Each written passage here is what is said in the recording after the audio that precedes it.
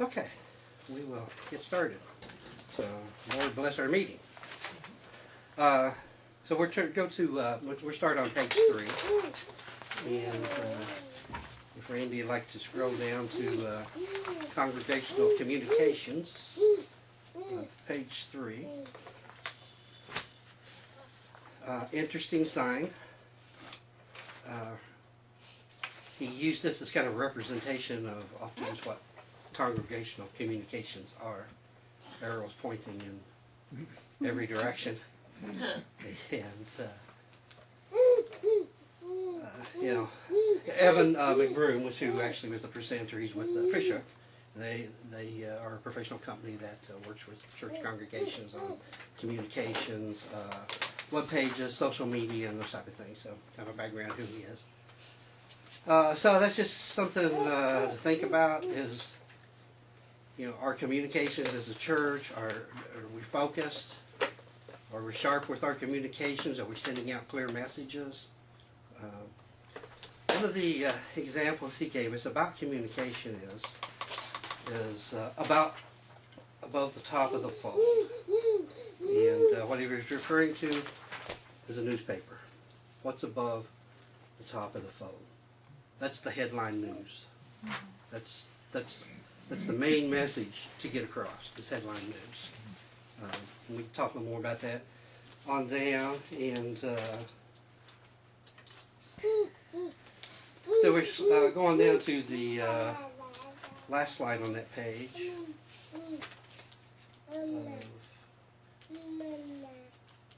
There.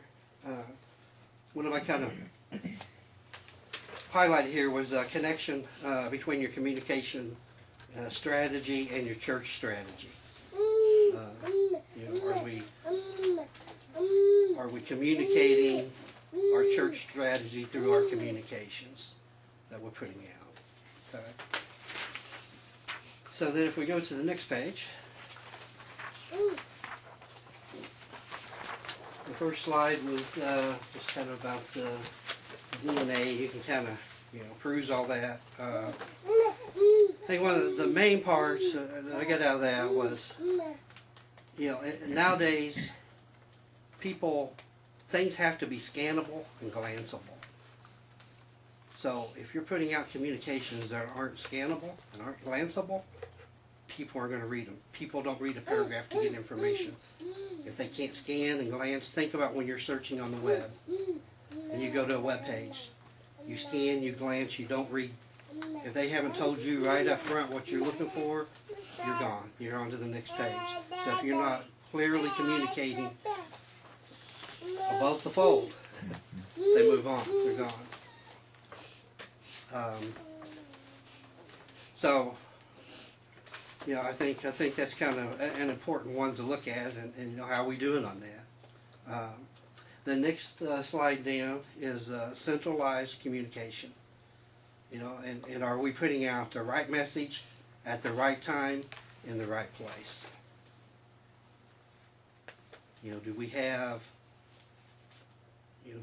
somebody, staff or whatever, who, you know, oversees what communications are getting out when, where, and so on, so that we're not randomly putting communications out, because that creates confusion, noise. Kind of, I think a good example is kind of Brian's sermon when he had all the noise going on. You know, we can do that with communications too. We can create noise where people don't hear what we're trying to, the message we're trying to get out. They're not seeing our headlines. They're hearing the noise. Well, even good things presented in a disorganized way are noise. Right. Yeah. Right. You know, the right message, right time, right place, and all the messengers are important. See here, but Evan, the guy presented, his church that he goes to has a model train club ministry, and there are 8 guys involved in that ministry. Well, that's not headline news. That's not second page news. That's section B, page 4 news. Now, is it important? It's real important to those 8 people. Extremely important to them.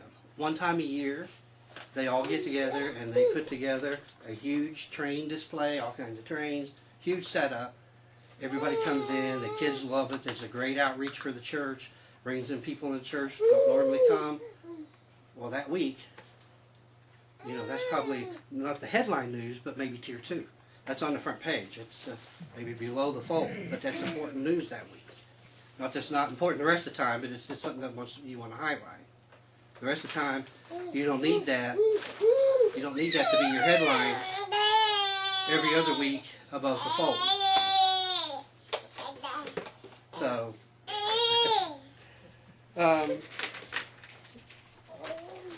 then the next one down is kind of fundamental strategies. You know, a centralized communication function is someone who's looking over, you know, the communications that we're sending out so that they don't become tired communications. If you advertise the model train ministry on the front of the newspaper a week, it becomes tired communication.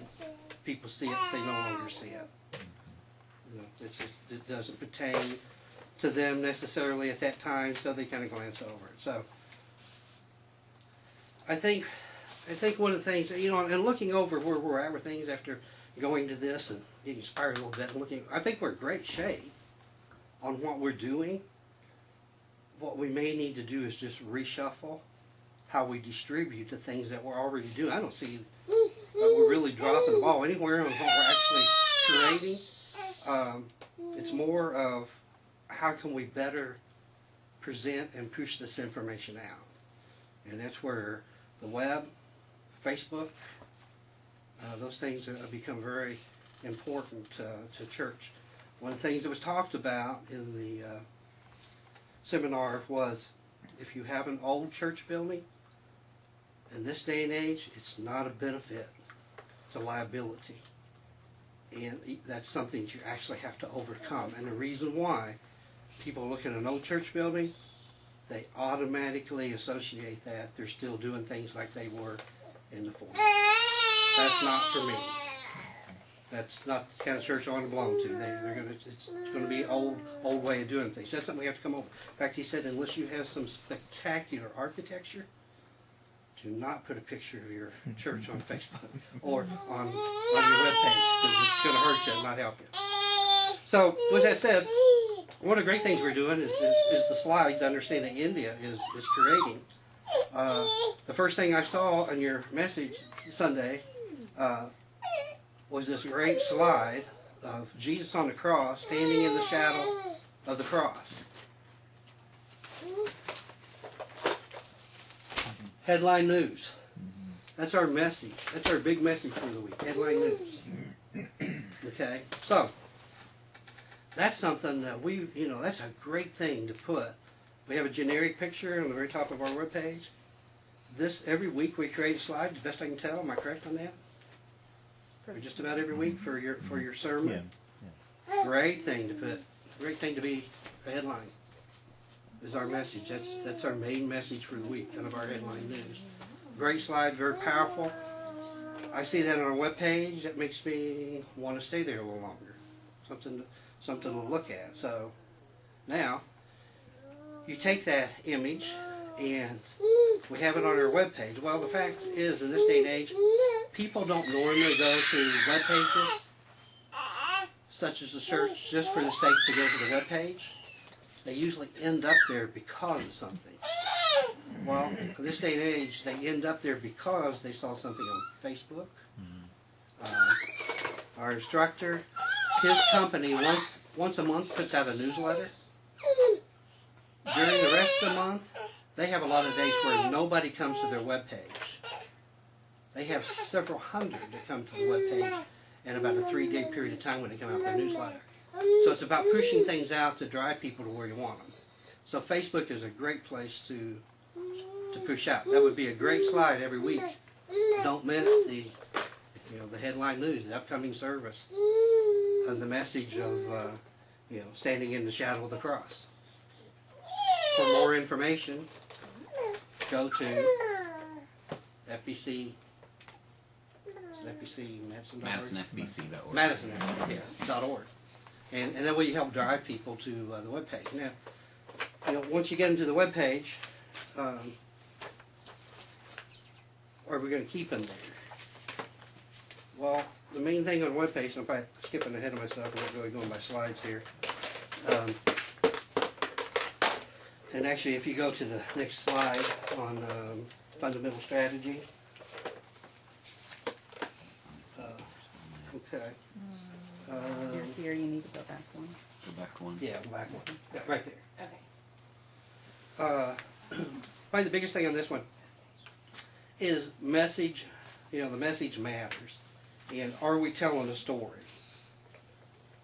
That's one of the big things for our church webpage is, are we getting out our story? Who are we about? If you go to our webpage and you look at our front page, do you learn anything about who we are as a church, who we are as a congregation? Is there anything that makes you want to stay there and look at that page, learn more about us? You know, not that we're doing anything wrong, but I think if we, you know, we put the headline news on there, slideshows are fantastic. That's something a lot of churches are putting above the fold because it's scannable, it's glanceable, a picture's worth 1,000 words, right? So who are we as a church? You know, we've got a great children's and youth program.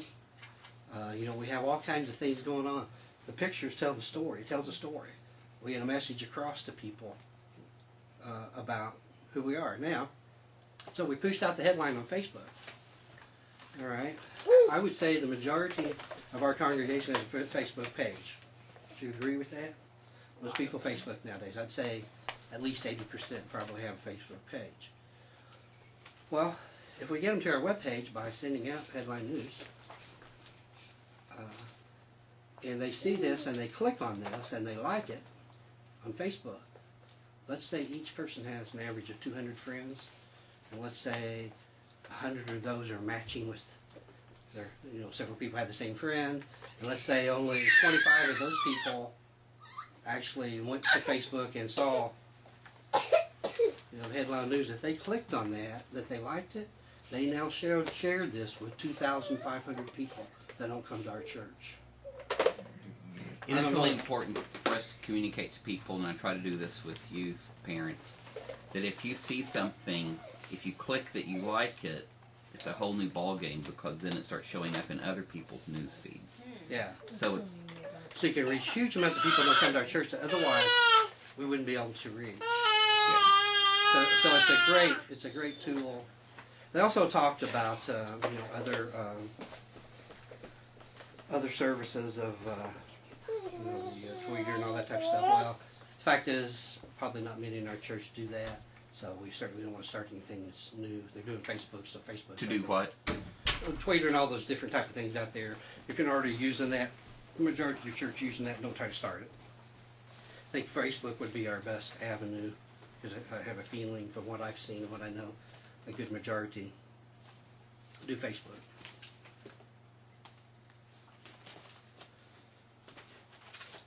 Okay. Can I interrupt at times? You sure can. Give it ahead. Did you talk, or in your conference, are you going toward texting or anything? Was that covered? Texting wasn't covered too much. I mean, you know, obviously that could be a technology used if, you know, let's say you got 5 or 6 people you need to come to a meeting. That's certainly not anything you want front page news. It's you know, it's just something like that just to reach out to those people. It's a, you know, a meeting of just a few people, something like that.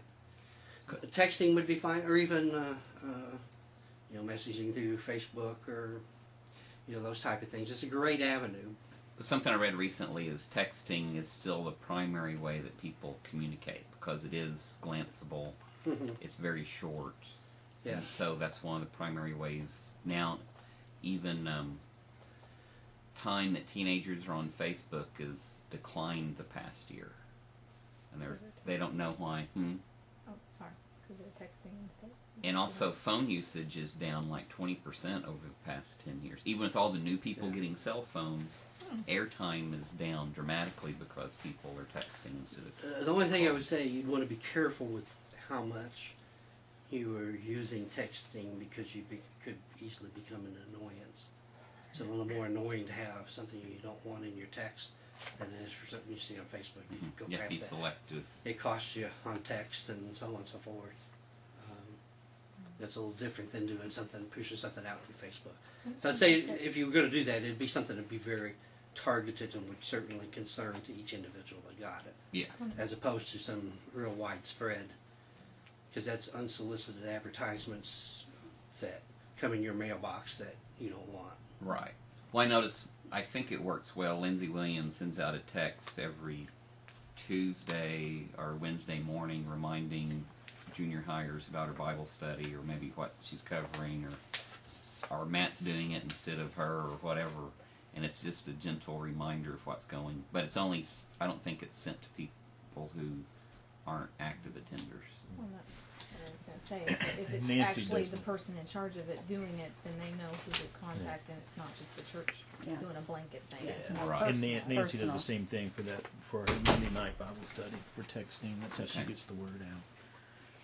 And I think the thing with texting is you have to be you have to be careful because not everybody has unlimited text plans, and Yeah. like you said, you Yes. don't want to be Yeah, I used to not. send a bunch of texts when people are having to pay for it every time they get a text from the church.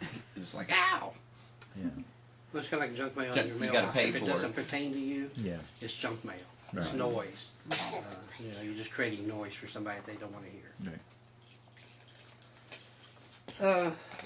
And on those fundamental strategies, we also talked about caring, which is really, again, the newspaper. Where do things fit in as far as our communication in the newspaper? Above the fold, below the fold, in a page somewhere. So the person who's kind of helping manage our communications that we put out, we really need someone who kind of makes some decisions on where does that fit in, where do these things go. You talked about how disruptive it really can be to your service when you have people that say, hey Brian, would you mind? We get the barbecue going, or would you mind? He's concentrating on his sermon of the day, and while we're on that, I'll get out in thin ice, but one of the things I think we need to look at is our timeline. We advertise our service from 11 to 12. Doesn't matter to me. I'm usually oftentimes one of the last people to leave the sanctuaries. I play music. But however, a lot of people are very timeline conscious. We talked about this in that meeting. That people are oftentimes very timeline conscious. Whether they get anything going or not, you set an expectation. That expectation is the service is from 11 to 12. They're aggravated when they get out past that time for no reason other than that's their clock watch. And then the other side of the coin is you oftentimes have people make plans for after church. They're going to meet someone at 12:15 for dinner. As soon as church is over, they're headed to wherever they got plans, so on and so forth. And if there's too much of that, then people say, we probably don't have time to go to church this morning because it runs over. So I think that's something, so I don't want to step on your toes, but I think that's something we need to look at, is our structure of time management so that we're as close as we can be and that expectations that we set for people. Do we set the expectation that we end at noon? No, it's not posted anywhere. It's the expectation that people bring with them. Actually, I think it is on Is the it? webpage. Does it say webpage? Yeah, I'm Because pretty I sure thought it it just says- said start time. I don't think we posted an end time. Are you hanging with us, India? It probably does because the back of the bulletins and everything I've been Yes. given, I've put the end time on there. Okay. Ah. So India set our expectation. Somewhere before. Thanks, India. No. Somewhere but you before know, Somebody 2 o'clock. gave her that. Yeah, well, I know. I think leaving You it. have to take off, but that's why it would be there. Not my Because decision, but it's my given. well, my decision, but my personal opinion is, I think we need to have the expectation and to meet the expectation. Be my kind of personal. Now I know we don't want to limit ourselves too much, but people want to know that. Right. Well, and the thing is You'd that, like to know when to and expect that's I think that's just a given. The idea is that your service is going to be about an hour. So And if there's you those who start- want to beat the Presbyterians today. and, But right. no, on a serious note, it does And we usually bother a do. certain We amount of usually do people. pretty good, except for the days we have communion, or there are other things going on, or extra things.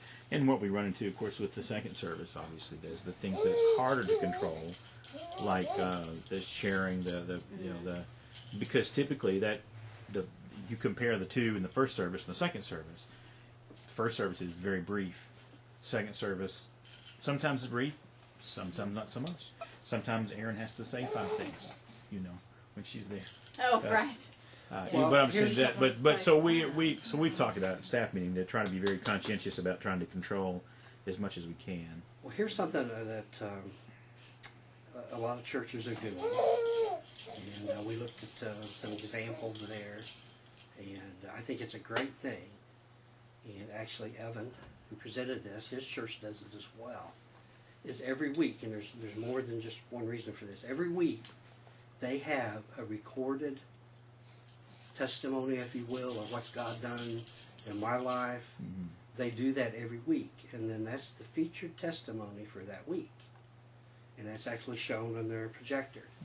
Their filming of that is as simple as they use a microphone stand, turn the clip sideways, stick a camera, a cell phone in it, and record with their cell phone. That's as complicated as they get with it, and then that's shown on Sunday morning. Then they push that out through Facebook. It gets posted on the web page. So now we're back to 100 people see that. They go to our church and they like it. Now we've shared that testimony with 2,500 people. If we go with the numbers I went, of people don't come to our church. So we've accomplished a lot. Plus, playing into what you're saying with time management and all that. And also gives there's a lot of people that wouldn't be comfortable to stand up, but would be comfortable to sit in a room and record something. Because if you go on, there's a great story on your webpage. Start telling people, who are we? We're starting to tell our story. Who are we as a church? Those are always things. If you go on the webpage and look for that, I guarantee when they start talking, you'll listen to that. You'll stay there. You won't skip over as long as it's reasonably short. Yeah. It doesn't ramble on too long. But 2 or 3 minute, 4 minute even of what's God done in my life type thing are great stories to put out. It tells the story of our church. Did they have suggestions on how to get people to actually do that? How to get what they recommend is the church staff and even others keep an ear open and watch for those stories. And once you start doing it, you probably also have people that come forward and want to do it. So I think it's one of those things that kind of snowballs. Once you get it rolling, there will probably be plenty of opportunity for that. Then they also, on one other note, when they talked about slideshows too, which are great, front page stuff on your webpage, there was some talk about legalities of if you're taking pictures in the youth and that type of stuff with permissions and all that. The consensus was they're in a public place, so on and so forth. So legally, he said, I'm not a lawyer, but you're probably okay. What a lot of them did was simply made a phone call to parents and said, hey, is it okay if we put a picture of your child? The consensus was and there were quite a few of them there that were doing that exact thing, that parents were thrilled to death. Oh, we can't wait to bring it up and get little Johnny in front of the screen and see his picture on our church webpage. So it's extremely positive thing. Drives lots of people to the webpage. Change the pictures over regularly. People want to come see the pictures. It tells a story about who we are. It's great stuff. So you have to have someone to take the pictures. I've already got someone lined up to do that. I know a photographer. I've already spoken with him, and he's on board. Well, some of the issues that we've had here, what she's alluding to, is the good things that are going on. Say if Indy is one of the primary people who's doing the communication, is things getting to her in that for a 100 years, we had the newsletter and the bulletin, and people put everything in there, and everything is headline news. And it got noisy. And it Yeah. got noisy, but also then now people think if there's India has trouble getting all the information she needs to get about all the different things that are going on. So a lot of people are doing ministry kind of like a lone ranger that's kind of independent, and then we don't have the opportunity to be part of that process of communicating it out more. Right. You know, and Facebook can be a place where people can post things. It gives people an avenue. But if they Well, an But issue some- there with, say, with Facebook, what happens, and I'm trying to train the students in this slowly, but people post on their own Facebook, Yeah, they need to go to the church. and they need to go to the youth and the church Facebooks and post things to Yeah. have Yeah. that traffic. Mhm. Because they'll go to an event, and like when we finished ABY convention, I'm like, please post and tag pictures on the youth Facebook site and not just your own, because that helps other kids see it's part of something that we're doing. So with all that said, I think part of what we have to do, if we kind of go down these avenues, is we have to educate. And we have to promote. And part of the announcements, when Kelly does the announcements, is don't forget to go to our... Did they teach how to do that? Like, for example, I went to a meeting, say a month ago, and someone was upset something wasn't in the bulletin, and I explained, well, what you're talking about is just for your group of 10. We can email those 10, call them, text them, because it's filling up the bulletin with a lot of things, and they were not happy about that at all. Yeah. And so I'm wondering, how do we communicate?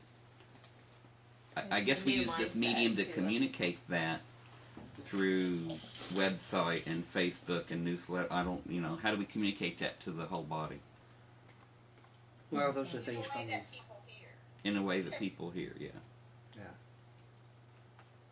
Yeah. And I don't have all the answers on that, and some of that may, you know, have to work through and so on. They didn't talk particularly in those terms, but, you know, Facebook is a good place for, you know, Bob to put his thing about the barbecue, maybe instead of handing it to Brian for Sunday morning. You know, reminding people to look at the announcements that we scroll. It's easy to forget. We see that up there all the time. It's easy not to see it. You see it, but you don't see it. Make sure. And I think it is, for the most part. Everything that's up there is pretty scannable and glanceable. But Do we need to have a system in place for that? Like, for example, to put in these communications, if you have something that you want on the video screen, or announced or whatever, to Then that'll go the 500 pages. Yes. or, I mean, if Yeah. you want something communicated, give it to the church office, whether it's morning Yes. announcements or whatever. If you have something Yes. you want to communicate, that we want to help you communicate that, but please get it to us by Wednesday morning or whatever. because every ministry, every announcement that somebody has, everything they want to share is important. But it needs to be shared in a way that we don't create the noise. Yeah. So we want to make sure that everybody has the avenue and opportunity. And yeah, if we have some type of procedure in place that, you know, come to the church office to get, You can fill out a form. They have forms. Well, India created these forms. If you have something you want to communicate, fill this form out, and it gives the who, what, when, where's. and that's great. Helps us In this day and age, I would say, hey, you know, send a text, send a email, send a electronic communication, so they don't have to fill out necessarily a form.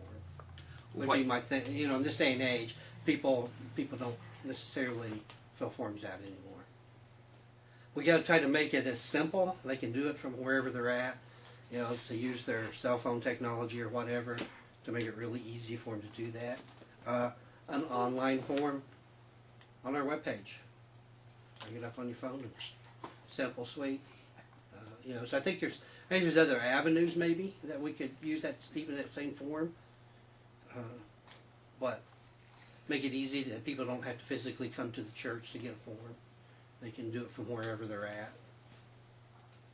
But yeah, if we had some type of a policy, and this is the way to communicate this information, and it'd be gotten out. And then we have someone here figuring out what's the best way to push out that information. You know, Facebook, on our scrolling screens on Sunday morning, web page, so on and so forth. Did they talk any about verbal announcements on Sunday morning? Just that, Sunday mornings, you need to think in the cheers, you need to think in the newspaper thoughts. What's headline news? Sunday mornings are kind of headlines. So think about what type of things get announced Sunday morning. You don't want to create noise.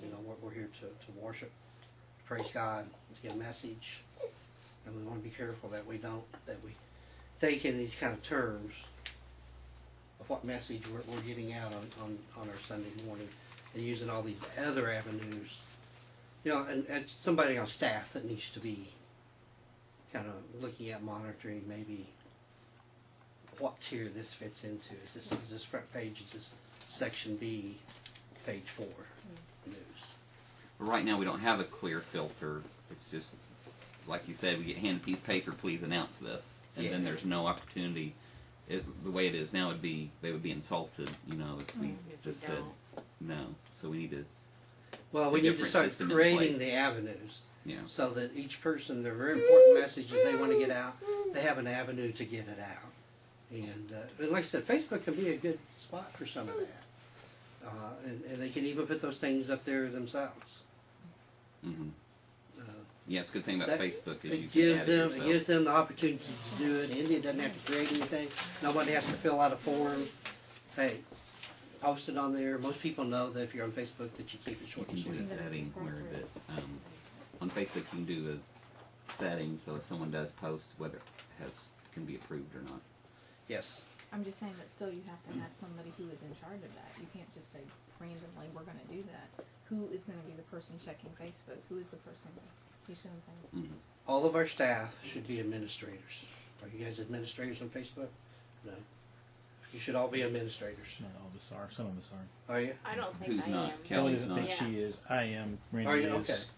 Okay. Or you? I think Debbie is. So I just need to know India how, is. if I Okay. am, So- but don't know. Kelly might be, but not sure. She's been having babies. She don't know. Because it's a great place. He said every church staff should have Facebook up every day. And if you go to our Facebook page right now, if I looked at it right, we're pretty stale as to what, are we putting anything to draw people to Facebook?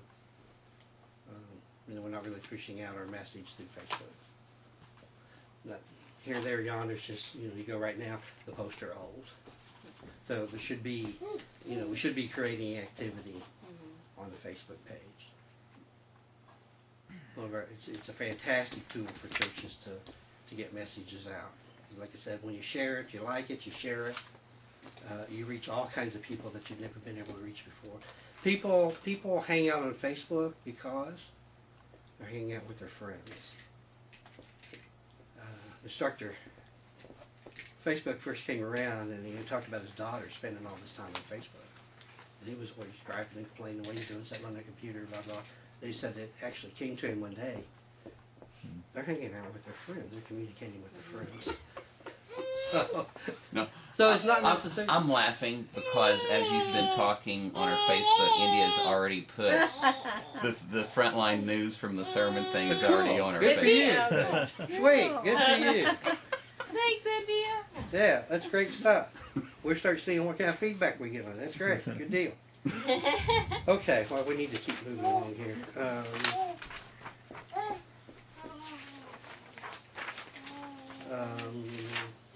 Some of this we can kind of script by.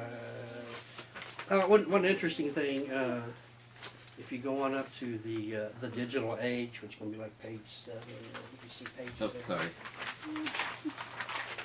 We skip through several of those.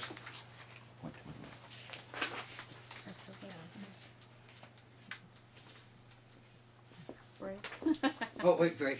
Let's stop on that for a Hey, minute. let's have a break. There we go. Yeah, the digital age. Be aware of all age groups, though, too. You know, I just found this to be kind of interesting, you know, information and Yeah, Gary did Sorry. Indy or Oh, I'm sorry. Pages say that. I was just saying we also have to be aware that not everyone is on Facebook. We have to be able to be for all ages. Yeah. Because not everyone is older, doing yeah. it. Not everybody's. I know that even I- younger people. Yeah, I even And call all- Debbie yeah, does a yeah. good thing, like, we got some complaints about some things because some people were getting left out, and she realized, oh, I need to email the bulletin to our shut-ins. I mean, Mail. sorry, Mail. mail the bulletin to the shut-ins, and then that helped a great deal with communicating some things. So just being responsive that sometimes it's not a huge amount of labor to include people who aren't part of well, and the internet. part of the reason I said we're in really We good aren't doing shape that. Yeah. is almost all the things that we need to do digitally are already being created for the people that are not in the digital age. So it's very easy for us to take everything that we're already creating and present it in that other way. Well, we're already presenting it for the printed age. So we're already doing that. So we're not really going to add a lot of work other than click this to this space, right? So that's one of the glories. Now, it comes to the digital age, the oral age, from the dawn of time to the 1500s, printed age to the 1500s to the 1960s, the broadcast age, the 60s to 2000, digital age, 2000, question mark, social age now. But if you look, things are beginning to change very rapidly. So it's more important than ever for us to stay up with the technology. And with that, one of the things that we talked about was giving. Do we have any place where people can do online giving? 20-somethings, most of them, don't own a checkbook nowadays. They own a debit card. They don't do checks. They don't write checks. They do online banking, and they use a debit card. Go to McDonald's and stand there for a minute. Every 20-something hands them a card. They don't pay with cash. They don't pay with check. Everything they do is digital. So if we're not creating an online way for them to give, then we're missing the boat. That's one of the things that we really need to look at our webpage. How do people log on? We need a secure giving area of our webpage so that people can do their tithes and offerings through our webpage, digitally. They don't have to be at church to do it, anything else. They can log on securely. Because because otherwise they got to be thinking before they get to church, oh, I need to stop by the ATM and get some cash. Another nice thing too, if you create that, then you also have some other avenues. As I was telling Randy, for instance, where it pertains big time to Kelly, even more, you're going to do some children's event, and you're going to take them off-site, and you got to get permission from parents, and each got to pay $20. Okay, so now the way things probably are, I'm going to guess, I haven't talked to anybody about it, but I'm going to guess you give little Johnny a sheet of paper.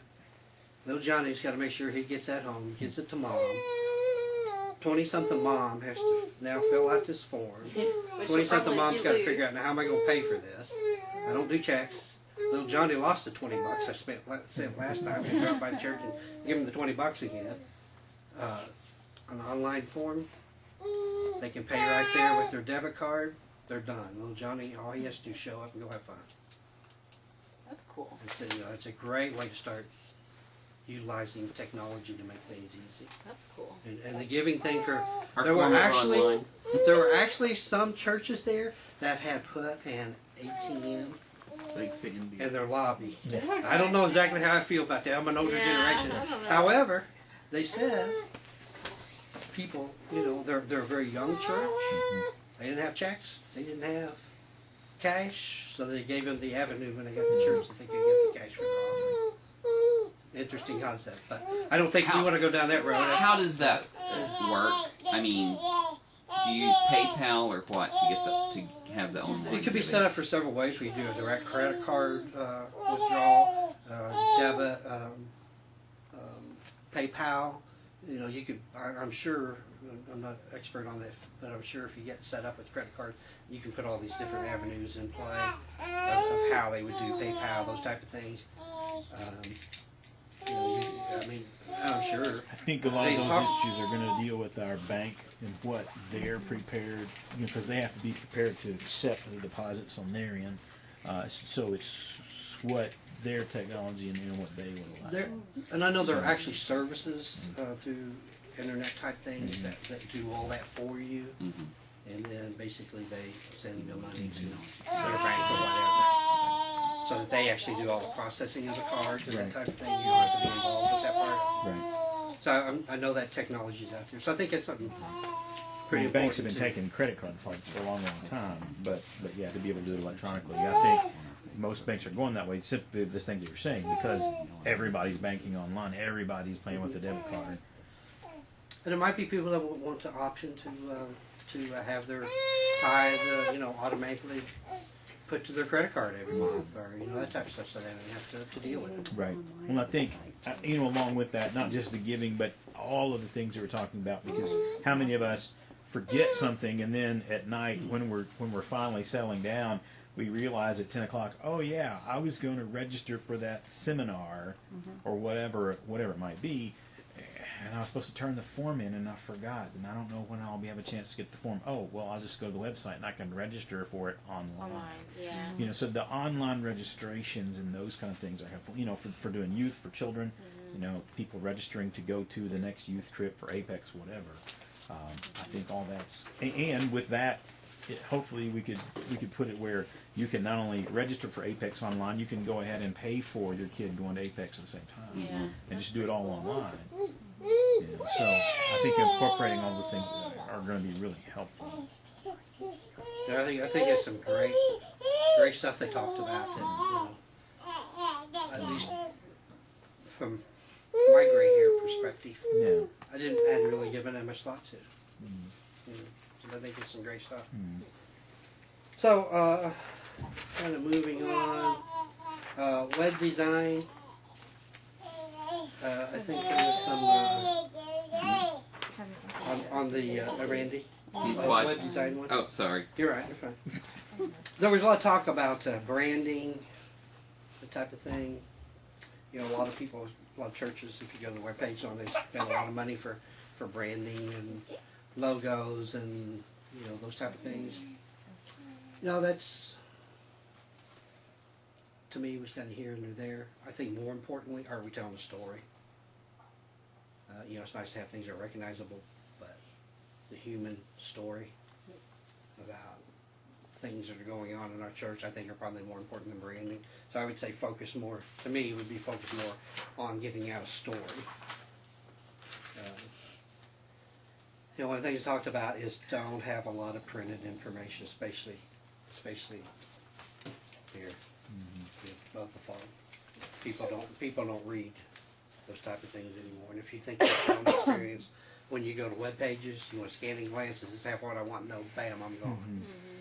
That's how people are kind of in the habit, especially younger generation, are kind of in the habit. They look at everything that way. I'm gonna scan it, glance it. If it didn't give me what I wanted right away, I'll go someplace that will. So, I think it's something to keep in mind. I think the pictures are worth 1,000 words. I think that's a great thing if we can maybe implement something like that. Keeps people there. Web use. This is where we talked about giving online, that type of thing.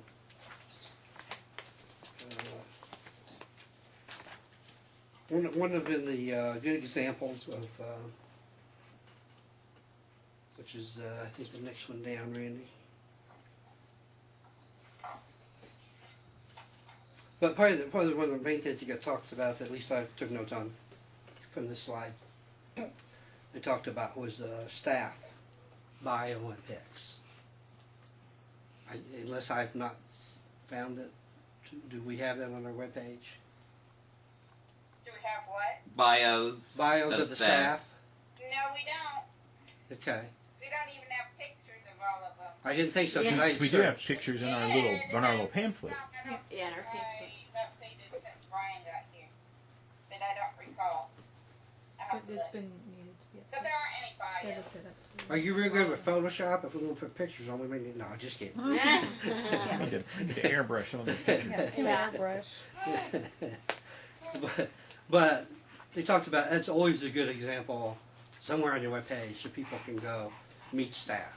Who are they? Connection. Tell the story.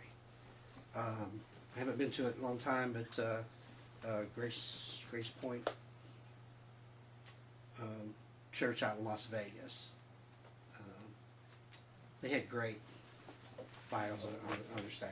Interesting. It was interesting to look at, and it helped I know some of the people. But you know, they talked about what's your favorite TV show. What do you like to TiVo? What do you like? You know, talked about the young things. You know, what do you like to? You know, in our case, maybe Facebook. And they have tweeting in there. You know, do you have a blog? Do you? You know, talk, a lot of those technology type things that the younger people are looking for. Plus, tell a little bit of the story. Who are you? Right. You know, what are you about?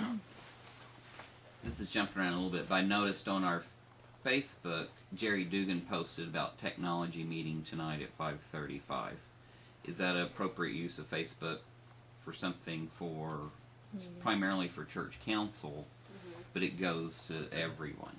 Yeah, those would be things I think, you know, we kind of would need to kind of work through and educate what's maybe the best way.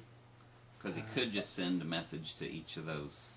You could. That's Six a text to 10 reminder people. or something like that. You know, probably get everybody thinking in terms. What's the most useful? What's going to create the least amount of noise to get the message to the people that we need to get it to? You know, some of our bigger ministry things, they want to announce things and are looking for help or they're looking for this. Facebook, that's great. A meeting that involves a few people.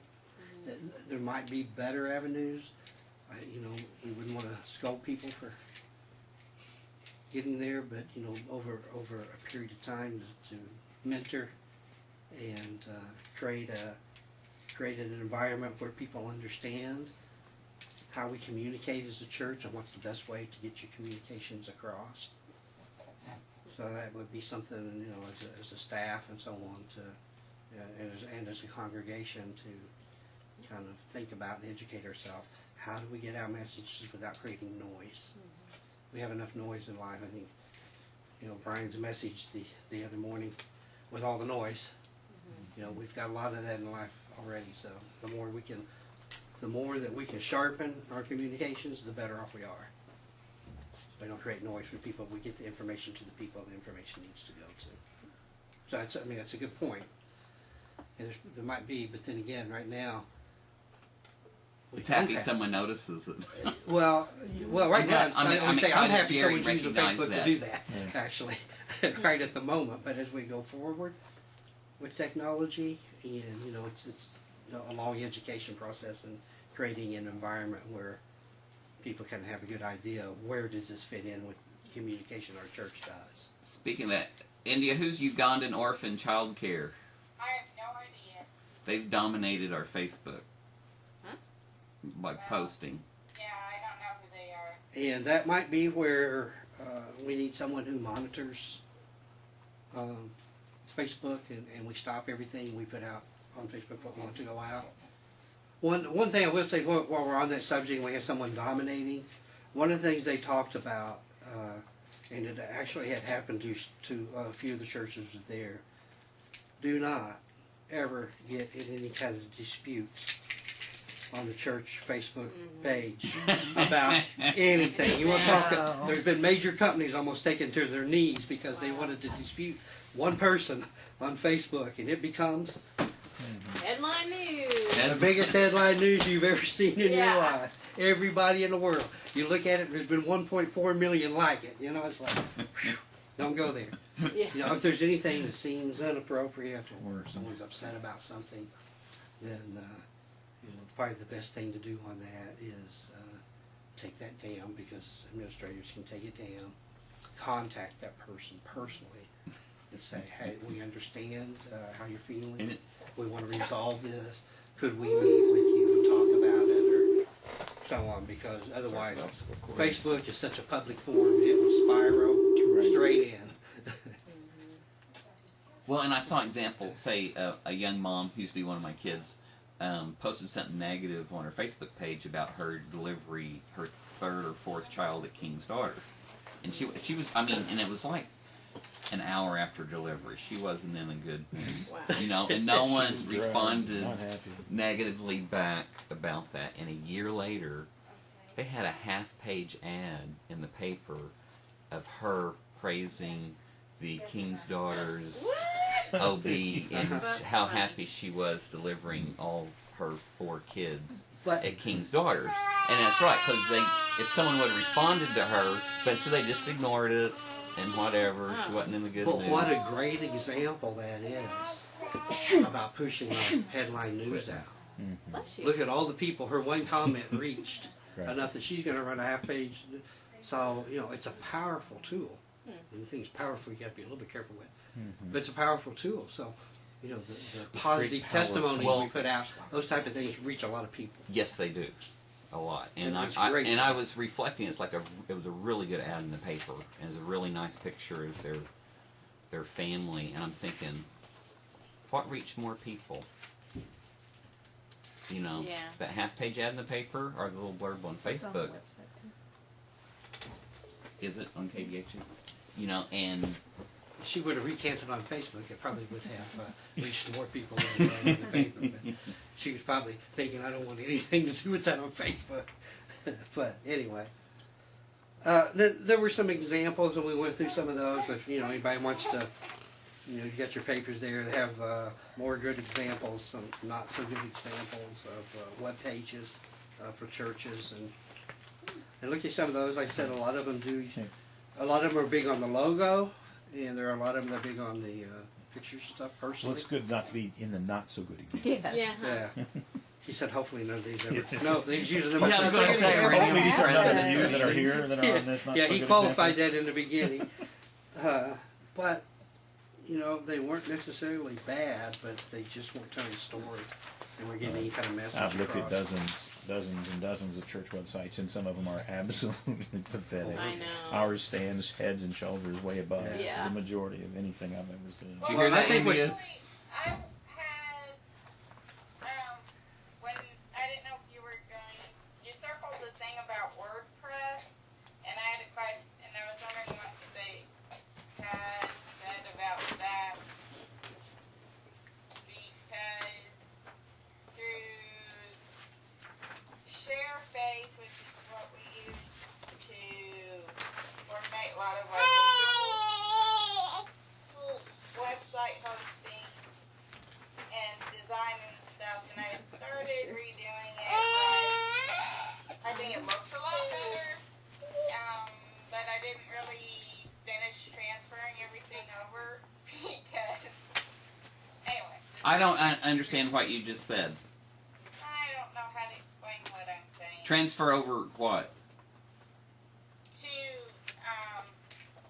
basically redoing the website, and it looks more attractive, and basically the transfer, just by that I just mean all the information and stuff that you have to redo it. It would be the same web address, but So you're using you're wanting, so Share Faith has its own web software? if you, and I can show it to you because I can log into my admin.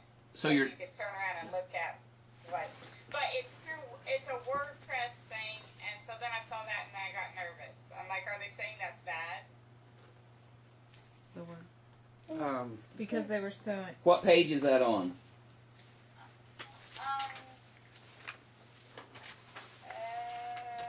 12. But I didn't know where, I don't want Right to here. interrupt, I just wasn't quite sure where we were on our outline. Development options. Is that Yes. you're looking there Uh-huh. about WordPress? Oh, That's a only free one. service. I think was the only real comment on that. They're staying No. away from. They're saying stay away from custom programming, lack of access bottlenecks, held hostage. So there's Custom no- programming creates the Okay. lack of access bottlenecks. What do we currently use? Share Faith. Joomla, Oh. and I wanted to use something that's through ShareFaith, and I can do it, and I'm not a web techie person, so it's the same accessibility. Like like other people who can't write web stuff can Right. still do edits and add things, I- but it looks a whole lot better than the one we have right now. Yeah, I would say on that, if it's a, if it's a service that's not just a custom type programming, but a program that's out there that, we can easily get education on, or if we need help, we can find information about it. Basically, I'm talking about custom programming. You have somebody at church that's a programmer. They write the program. A week later, they get transferred to Siberia, and you now have no way. You have no Well, one knows and- anything about the programming. Yeah, You our can put first all your one eggs in was that basket, done so- from scratch by Rick Lowstatter, and then when he left, it was very difficult for us to update Yeah. it. And then Kurt, because Larry Wickersham does Prince of Peace's website and uses, what's the name of it? Yeah, Jumal and Jula. But you think the other one, you can do a lot more with it? But it's just as easy for me to use as the Joomla. But Okay, it looks but it better. looks a lot nicer. Yes, I can show you how much nicer it looks. Can you do videos on it easily and stuff? Upload videos? Yeah, and you can add, you can add photos. It has buttons for like the PayPal stuff. They're continually updating it, like what you can do to it, like adding features that you can use, like not changing it for you, but Right. Is this like an online service, India? yeah. Yeah. Okay. Cool. Yeah. I personally, I wouldn't see any problem as long as it's It's a template they create and you just Yeah. plug your stuff into it. something that's easy for us to use, and we always have accessibility to it. Makes it easy to get our stuff out. I'd say that's fantastic. Probably. But anyway. So anyway, okay.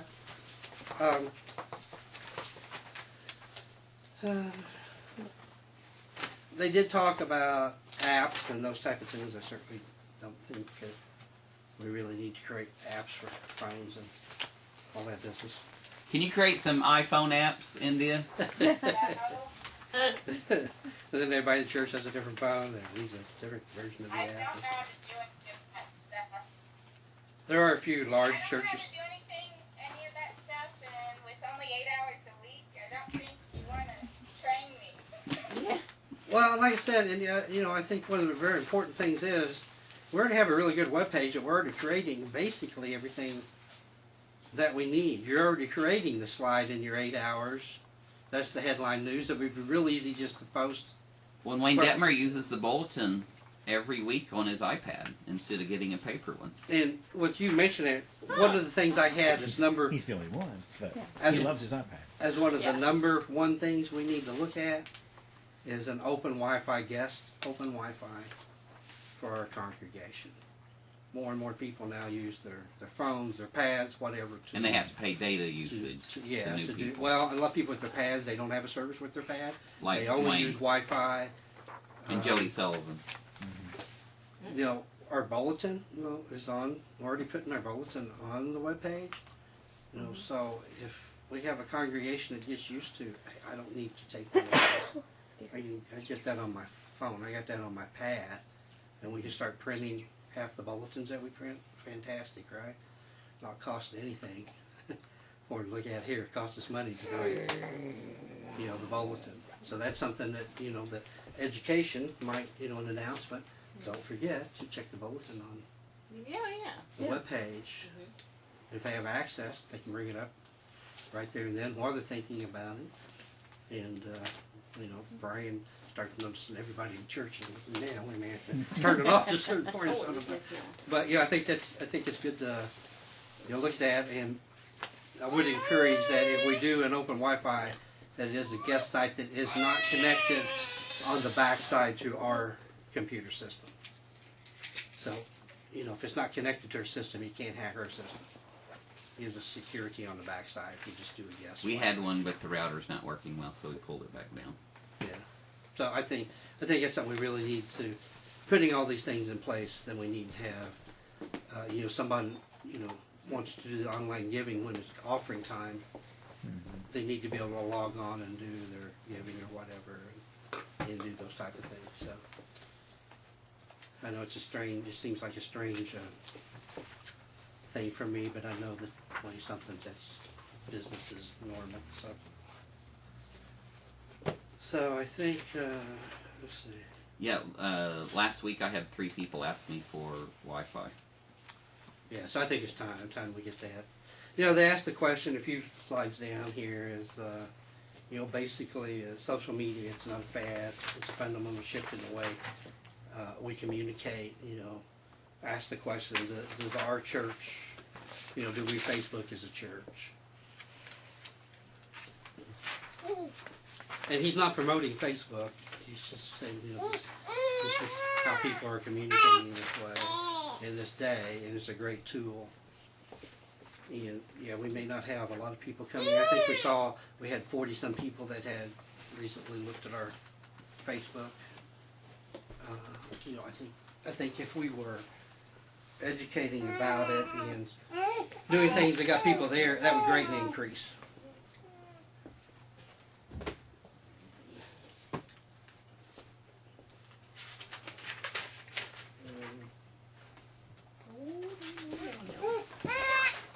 There are a lot of pages here about Facebook, which I'll kind of skim over. You can look at those.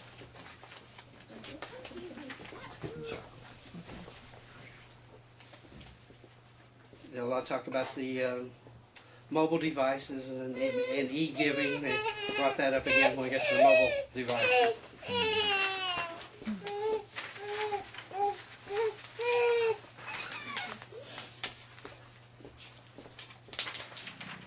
So what Andy was talking about is a content management system. Yeah. I pulled up what it would look like, unless we take a different template, but the template of...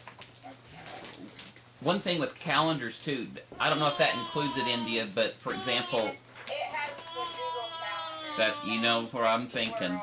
So like you can do Google Calendar on the website. So we enter using Google Calendar. And There it is, over there. oh, is that what you're talking? Yeah, that's Yeah. not what it looks like for editing it. But that's what the site looks like. And I think it looks a whole lot better than the one we had. Oh yeah. Yeah, Uh-huh. If you want that other one, I'll it looks very nice. But it's going to take a while to get everything sent out, and I lack motivation. Money.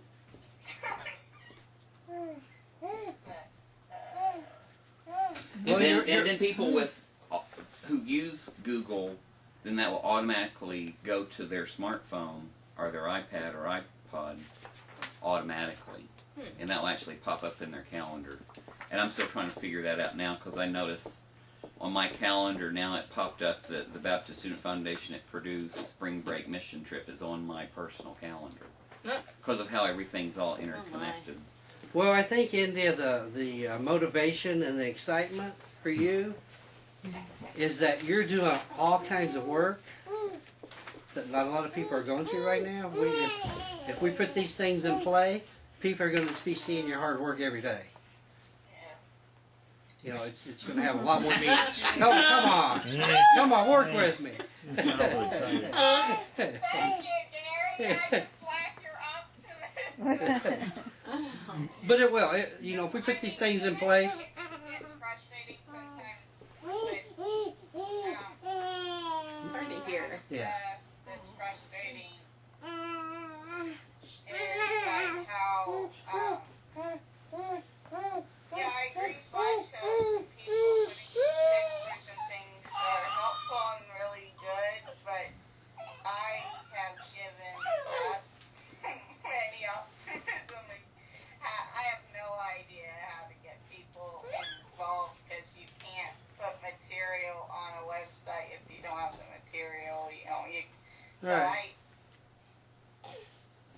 that stresses me out. And if we create more of a culture where people know we have these technology things in place, it's technology that people are using, they will more get involved and probably provide you with more things that can be utilized for that type of thing. That's the hope. Okay. We can see. You turned on Because I your think we video. can come up with some pictures pretty quick to put a slideshow together for our webpage. That's something then we push that out through Facebook. Hey, go check out our new slideshow on our webpage at da. And I think we would see a pretty good number of people go check that out. And I think, things like I told her. the Wi-Fi, we make that's one Sunday that kind of becomes a headline, tier 2, right below the sermon. Hey, we now have guest Wi-Fi available, da. And here's some of the things we're going to be doing with that. You can see your bulletin through the web page. Put the address up on the screen. People can bookmark that on their pads, their phones, so on and so forth, so that they can regularly go to the web page. So part of it is we have to do things that help create traffic to where we want the traffic. People don't just stop by too much your web page because there's millions and millions of them out there unless you give them a reason to go to your web page. We got to give them reasons to go look at it. So telling the story about who we are is interesting stuff. People stay there, they watch the stories, they look at the pictures, scan and glance, they don't want to read. We're used to being entertained in this day and age, right? We sit in front of a television, they don't put print on it, they entertain us, and we got to kind of do the same on a webpage. Tell our story and entertain people while we're doing it. So basically, that's kind of in a nutshell of the 7 hours or whatever of this that we had. We're probably dragging on too long here, but I think it was some fantastic ideas. I think it's some stuff that, after looking at what we already have in place, that we can very easily implement without anybody having to do a tremendous amount more work. It's about clicking the button here instead of clicking the button there. And we're creating just about everything we need to create. We just need to push it out to the congregation a different way.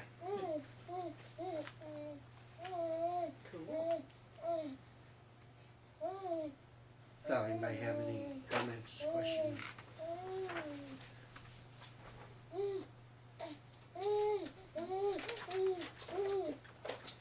Is that the end of your presentation? That's probably about the majority of what One I thing, had, so. I'm a little behind in that I'm up with Twitter and Facebook, but Instagram and Pinterest, I know what they are, but I'm not involved at all. Is that something? When Pinterest, I think female when I think of those Yeah. things. You Yeah. probably don't have a lot of I don't use think for Pinterest it. would I be- do. Like with children's ministry, I mean, it's great for me to have bulletin boards, and I can send it to my ministry leaders, like for children's worship or VBS, like here, because they're like ideas to do stuff in the classroom or. It's